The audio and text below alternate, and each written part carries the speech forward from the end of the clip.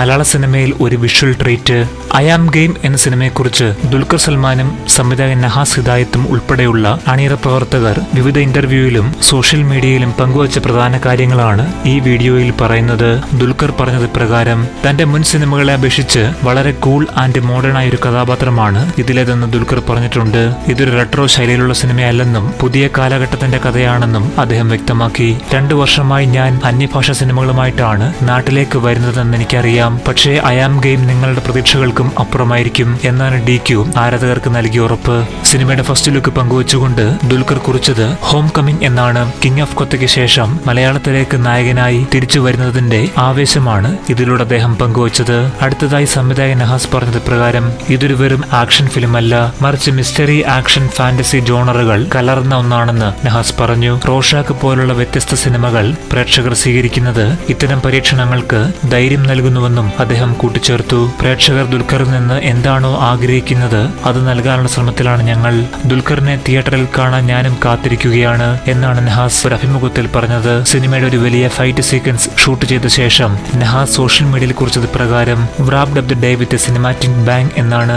ജിംഷി ഖാലിദിന്റെ വിഷ്വലുകളും അൻബറിവിന്റെ ആക്ഷനും ചേരുമ്പോൾ ഉണ്ടാകുന്ന സിനിമാറ്റിക് എനർജി അദ്ദേഹം പ്രത്യേകം എടുത്തു പറഞ്ഞു.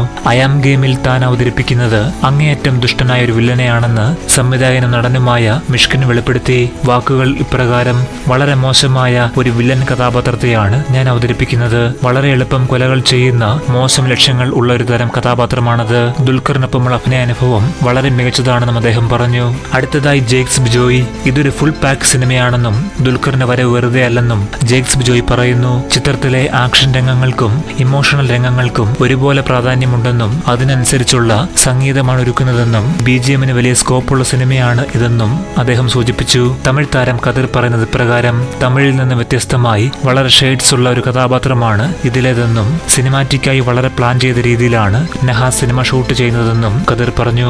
ഐ ആം ഗെയിമിലെ ആക്ഷൻ രംഗങ്ങൾ വളരെ വയലന്റ് ആയിരിക്കുമെന്നും മലയാളത്തിൽ ഇതുവരെ കാണാത്ത രീതിയിലുള്ള സ്റ്റണ്ടുകൾ സിനിമയിൽ ഉണ്ടാകുമെന്നും സംഘടന സംവിധായകരായ അൻബറിവ് സൂചിപ്പിച്ചിട്ടുണ്ട്.